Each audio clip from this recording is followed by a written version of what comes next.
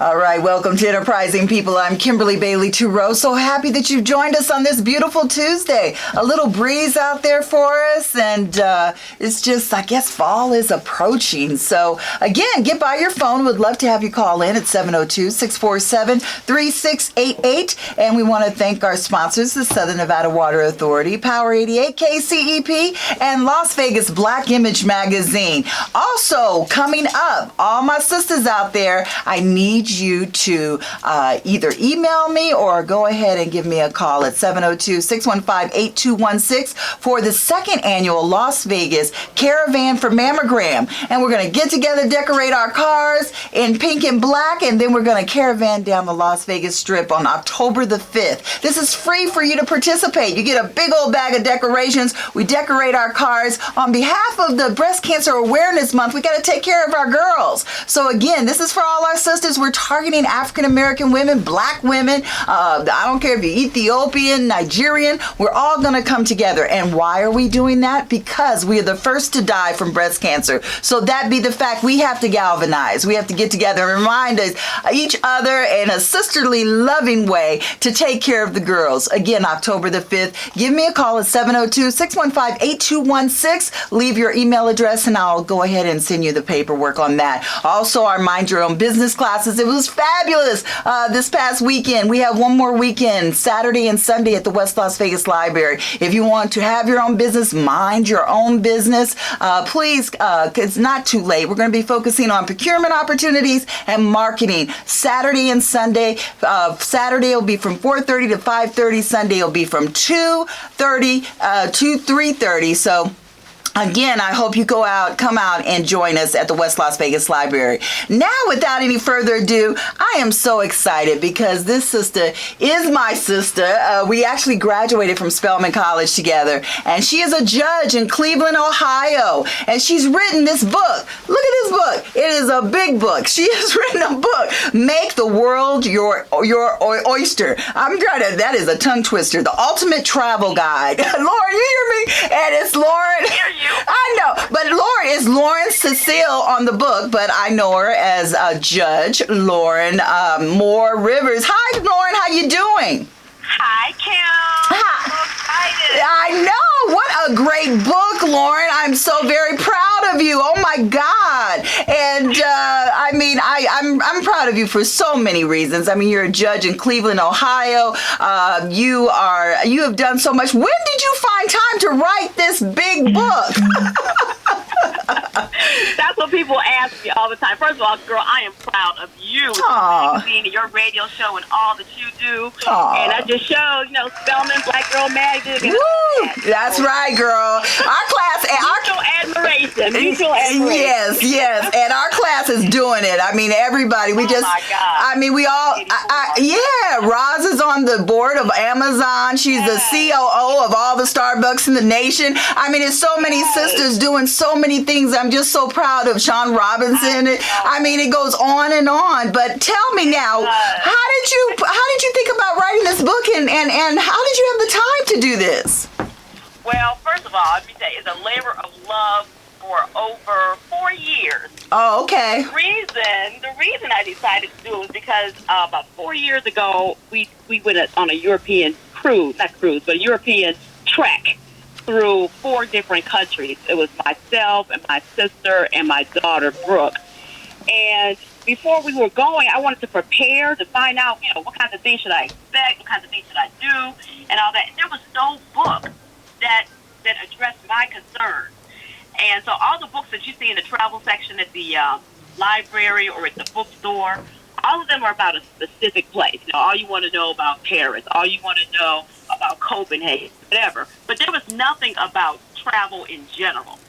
And so I needed something that I wanted to write something that spoke to those issues, person who never traveled before. And so that's what I did.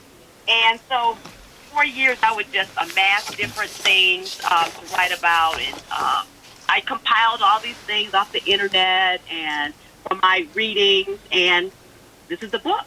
Yeah. And I know that in one of your opening chapters, you talk about why Americans don't travel abroad. And what was with your research? Why is it that we don't travel? Oh well, first of all, black women specifically have not been traveling like our counterparts until recently. Now, black girls travel. I want to put that out there right now. Black girls do travel, and so there's several organizations who address just that kind of thing, and who want people who want to get together with other black women to go places and do things and explore and do adventures and all that. So we do travel. But a lot of times, people just don't think about it. People think that it's too expensive. People think that it's not safe.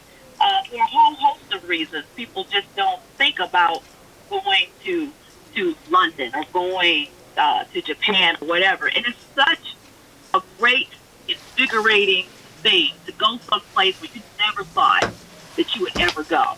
And so, we tend to go. My research told me that most black people tend to go to southern locations.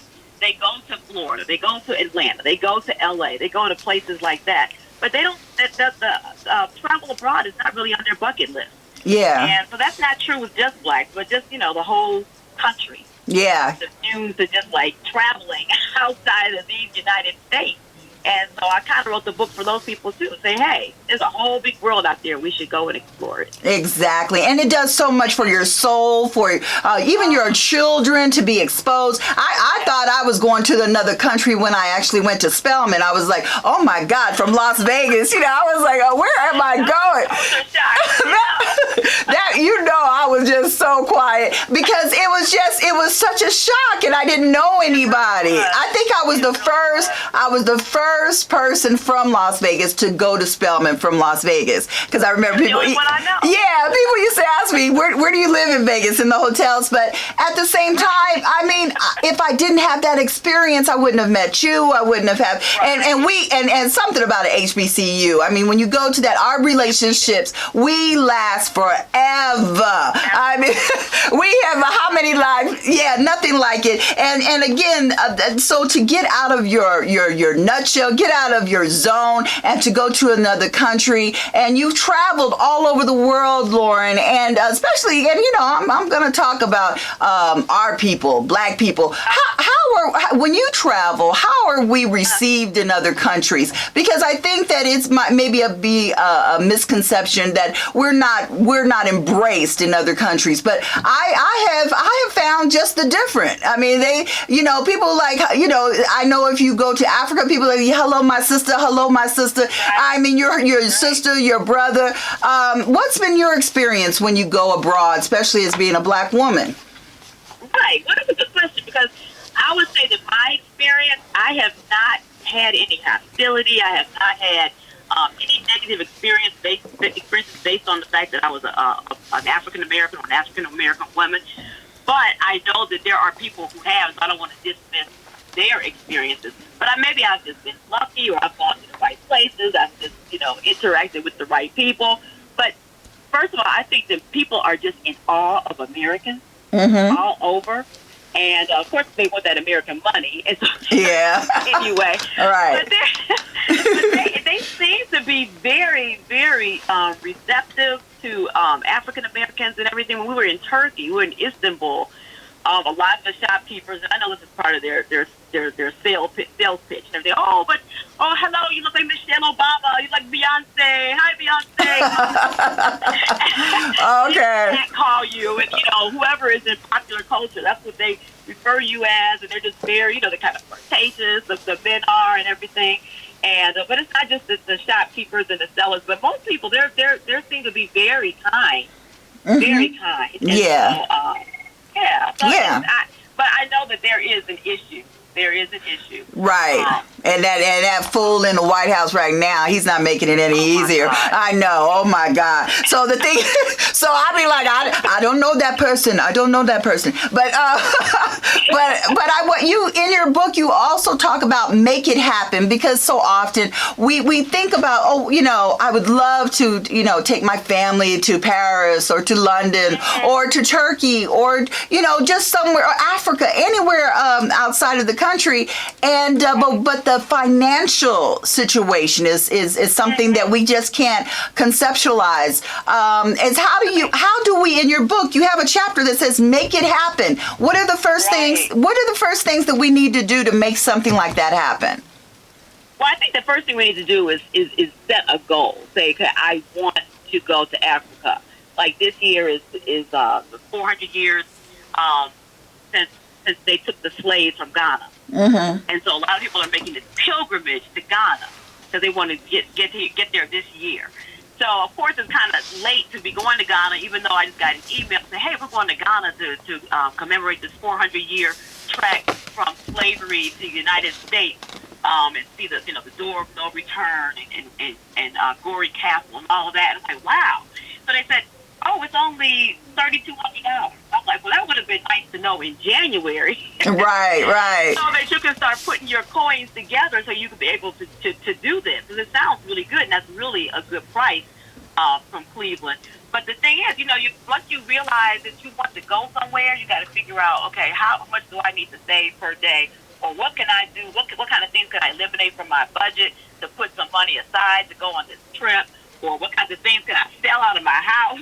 Or what kind of side gig can I do? Because I really want to travel, and I think once you start traveling, you become addicted, and you're like, wow, I saw this, now I want to see this, now I want to see this, and you go on, you see these things on TV, and like, wow, it would be nice to actually be there in person, and so it is doable. But we think about all the things that we do with our money, right? Trust me. For things that are so unnecessary. Like if you just took all the unnecessary things that you spend money on and just put it in a big jar, you would have some money for a cruise or somewhere exciting, somewhere different.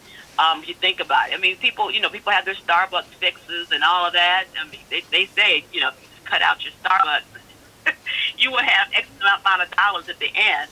But so it really, really is doable. I know people who have just like I'm an Uber for 6 months, to get some money. Right. Or I'm gonna, have a garage sale. Or I'm gonna do this. I have all this junk in my house, and it's not really making me happy to have this stuff. So I may as well sell it, because what would make me happy is actually being out there and traveling and seeing new people, and those experiences you will always have, where you might not always have these material things. Exactly. Things lose its luster so quickly. So yeah, you'll always have your memories of being somewhere abroad or somewhere. Yeah, that's what I told my boys. I said, listen, it's Christmas this year. Why don't we just, go on a trip? Because, when you think about what you spend for the holidays and for Christmas, you definitely, and have that memory and, cut down those expenses. And if you're just tuning in, I'm talking to my Spelman College sister. We graduated together from Spelman. Lauren Cecile, right? Cecile, I don't remember. Right. Lauren Cecile is my middle name. I go by my middle name. Author stuff. Oh, okay. All right, Judge. She's also a judge in Cleveland, Ohio. Make the world your oyster. The ultimate travel guide. I have to give Christy Cason a shout out. Christy with Cason Travel. She really helps out everyone here. That if you're trying to, she has a travel agency. She's a sister, and I don't care where you want to go. She'll get you a quote. I keep getting these quotes, but I haven't actually gone anywhere because I'm working so hard. But Christy, I am. We're gonna go real soon. I promise. Yeah. But I know that you also in the book, and your book covers everything. Oh my God! But I know you. You were the straight A student. We're both English majors. But listen, and you said now you also talk about before you leave. What do you mean before you leave? Things that we need to take care of, like stop the paper, or what kind of things? Yeah. Absolutely. There's all kinds of things we need to do to just to make sure that we have everything together at home. We won't be worried about it while we're having fun outside, And one of the things that I wrote on there, I think one of the last things that people say, oh, I'm so glad you put that. That is such a cute thing to do. To take a video of yourself checking the stove and locking the windows and the doors. You won't be wondering, did I do that? Right. So you can oh my God. Oh, this is me. Right. Like that. Because you don't want to be worried about, things that at home. Did I do this? Did I do that? And just, things that you do for your home, things that you do for yourself to get ready, get your mani-pedi, make sure that you get some shots that you need them. Make sure that you tell your bank that you're going abroad so you won't get all the way to Paris and they say, oh, your credit card doesn't work, And Really? Oh, my God. Your credit card in Paris, and so you got to get that straightened out. Just all kinds of things, getting your home straight. I know I don't like to come back to a messy home, so I want to make sure my home is all straight. And I got a tip from somebody. They said, make sure you have like a welcome home bottle of wine in your refrigerator. Oh, I love that. Like that. Yes. I always try to make sure my bedroom is just, pristine and with the new sheet. Because nothing like getting in your own bed when you come home. In your own bed. And then my father would say, and sit on your throne, Exactly. But I'm telling you. But come back home to chaos. Yes, but also now, Lauren, you talk about the mistakes on vacations. Like, I'm not the one to go parasailing and doing that kind of stuff because I'm just saying, my luck. You never know, though. Yeah, and I'll be the one to slam into a mountain or something. I can't. My luck. I have the worst luck, and something could happen, and I can't afford it. I can't afford to get hurt. So, what are some of the mistakes that you talk about in the book, Lauren? Okay, well, some of the things are just like I mentioned earlier, not calling your banks and your credit cards to let them know that you're going out of town. That happens so often. They say, well, this credit card doesn't work. Why doesn't it work? Because you didn't call and let them know that you're going to be here, and so they think it's a fraud. So that's so important. Not making sure that you have confirmation of your bookings, like your hotels, your rental cars, or your excursions and things like that. Always get your excursions done online because it's cheaper that way. And sometimes, especially if you're going someplace when it's heavy tourism, some of the excursions and things that you want to do are sold out, or they know that people want to get it in, and so they raise the prices.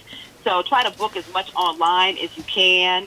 But don't overschedule because you need some time just to sit around and just watch, because that's part of the mystique of traveling is just watching how people go about their day-to-day lives, Mm-hmm. You're there to learn, not just do. You're there to watch, Right. See how people live. And so you need to sit in the park. You need to just do whatever, just watch the world go by. Who knows when you're going to be able to do it again. So you don't want to, I think it's a mistake to just schedule activity after activity after activity, and then when you get there, you remember the activities, but you don't remember the people, you don't remember the food, Exactly. You don't remember how it made you feel, Mm-hmm. those kinds of things. And so I think that's a big mistake. You take vacation for vacation's sake instead of, smelling the roses. You got to smell the roses. You got to smell the roses. And, because I remember Charles and I, we went to St. Martin, and we were, I was there for a conference, but so they had all these activities. It was for, black women, all these activities. I said, no, I will be going with my husband today. You won't see me. Right. But, when we did actually, separate ourselves from the conference, we were able to explore, meet business owners. We saw this school bus, and we were walking down to the beach, and I said, "Look at that old school bus on the side of the road." And then we went over to the school bus. It was a restaurant inside the bus. It was like, I didn't even know that. I would have never discovered it. And you could get any drink you wanted. You could the authentic food of the Caribbean. It was just wonderful. But we just saw this old school bus. I said, why is this bus right on the side of the road like this? And it was, so that really was your husband likes to do that too, and he likes to see. He's curious and wants to see things and do things also. So that's good. Yeah, we're on one page with that, and that's why he's here because because we are definitely on one page as it comes to excursions and just enjoying life. And I think, Lauren, that's that's what I think sometimes is missing, especially within our community. Because I will go to schools and talk to young women, and I'm talking about Black women, Black girls, and sometimes the excitement and the passion for life is something that I don't see in their eyes. I don't see not all people, but some people, especially if you're of lower income, you know, your parent, you don't have the money to travel like other. You see other people doing. You watch TV and you see all these fabulous places, and I mean, unfair. Yeah, and it is something to be said. But then you hear about these other little kids that will put a backpack on their back and stay in these hostels with no money and travel all over the world and have maybe and find a job at wherever they go and work a little bit to get home. So you hear those stories as well. But you talk about staying healthy, and stress-free. I mean, stress. Oh my God. I'll go to California and just to take a trip to LA, I am stressed because okay, do I have everything? And what am I going to do? What am I going to, you know, all this. So what are you talking, how do we reduce the stress, Lauren? Oh my goodness. Well, one way to reduce the stress is you can get a travel agent to make all the plans for you, because it's kind of stressful trying to put all the pieces together, say, okay, where am I staying and how am I going to get from the airport to where I'm staying, and after I'm staying there, where are we going to this tour and where are we going to do it? So it's a lot of pieces to put together, and it takes a lot of coordination, and sometimes you just, you know, let a travel agent like your friend just do it all and say, hey, this is it. This is what we're going to do. This is who you're going to see, and just have everything mapped out for you. You just, you know, get on the bus or you just meet the tour guide and do that. Yeah, because I'm down for that, because I don't want to handle nothing. I want I want to say, hello, Miss B, hello. You know, I want to be greeted. I mean, you know, when we go to Hawaii, we get the lays around our neck. I mean, I want all of that. I want that kind of, because I'm exhausted. So if I go on a vacation, I want to feel like it's a vacation. Right. Exactly. And now, one thing. And then another deterrent I think people think about is the long time on the airplane. And and some people, I know a person that kind of died of a blood clot because they were going over. Yeah, he was going over to Japan. And he seemed very healthy, but he was sitting so long that he got a blood clot, and so he died. And we all in Vegas, we grew up with him and stuff. And but I was wondering, what about the long plane rides? Do you have any suggestions? Oh, yeah. Well, for one thing, you have to get up and walk around. Mm-hmm. Because Japan is probably, 10, 11 hours, something like that? Yes. And not just sit for that long a period. You have to get up. That's why those planes are big. So and they have 2 aisles usually. So you got to walk up and down the aisles at some point. You wear compression socks. That's really, really important. You wear compression socks that helps you avoid those kinds of blood clots. Right. They have all kinds of compression things. Compression socks. They got compression tights, compression sleeves, all kinds of things, and somehow it eliminates or at least decreases the chance that you'll get some blood clots. And stay hydrated. You got to make sure that you're doing that. Not eating a lot of salt. Things like that can make your trip very uncomfortable. Yeah. Yeah. So, and I'm sure that's an unusual thing. Most people, that does not happen to most people. So I don't know if it's something pre-existing sometimes. Mm-hmm. But you do need to avoid even the possibility of getting some blood clots. Yeah, and I know, and Lauren, like I introduced you as judge and very respected judge in Cleveland, Ohio. Every time you run for your position, you win again. I just see it online. But I know today isn't it a presidential debate? And so I'm kind of segueing from your book a little bit, but I want to hear. But I love today, or is it it might be Thursday. It's Thursday. Okay. But I since you're within the system, especially the criminal justice system, and you're a judge in Cleveland, what is your position on some of the candidates, their position on the criminal justice system, and where we need to go and what we need to be looking for? Is it enough to have felons? I know in Nevada now they can vote. What is your perspective on that, Lauren? And I know I kind of got you in a little controversy, but anyway, but you know me, you know how I am, you know me. So I know how to do it a little bit to make sure that I'm not being unethical. Okay. I think that any candidate who's talking about criminal justice reform, you definitely need to pay attention, because we definitely need to look at some criminal justice reform. And it doesn't have to be.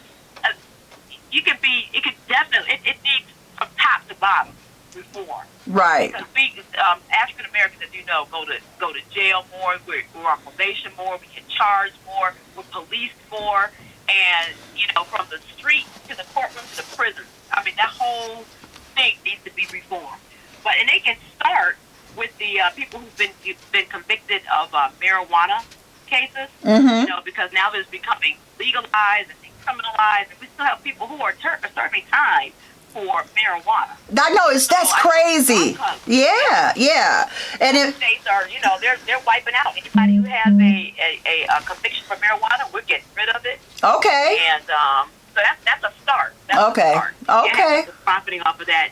At the same time, you have people doing time for it. I know, and it's crazy in Vegas. They have marijuana lounges that are now being built. Every corner, their dispensary, it's everywhere, But I want to see in Vegas. It's crazy, So you got it's Sin City, girl. And the thing is, but that money's supposed to be funneled back into our educational system. Hopefully, they live by that. That's what they said. Right, but like the lottery, right? Right, but hopefully that we hold them to it. But Lauren, thank you. Now, how can people get your book? How do they get the book? It is on Amazon. It's Make the World Your Oyster, The Ultimate Travel Guide by Lauren Cecile. Lauren Cecile. It is on Amazon. Yay!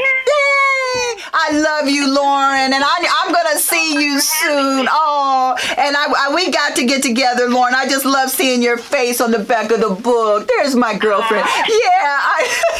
But I love you. Kimberly. So proud of you, Lauren. Okay. All right. Okay, listen. Bye-bye. I want everyone to sign up, all my sisters out there. Black women united for a great cause. It's the second annual Las Vegas Caravan for Mammogram. Please give me a call or email me at CDA Las Vegas, spelled out, at gmail.com. CDA Cat Dog Apple Las Vegas at gmail.com, or give me a call 702-615-8216. I want to thank the Southern Nevada Water Authority, Power 88 KCEP, Las Vegas Black Image Magazine, and you too for being enterprising people.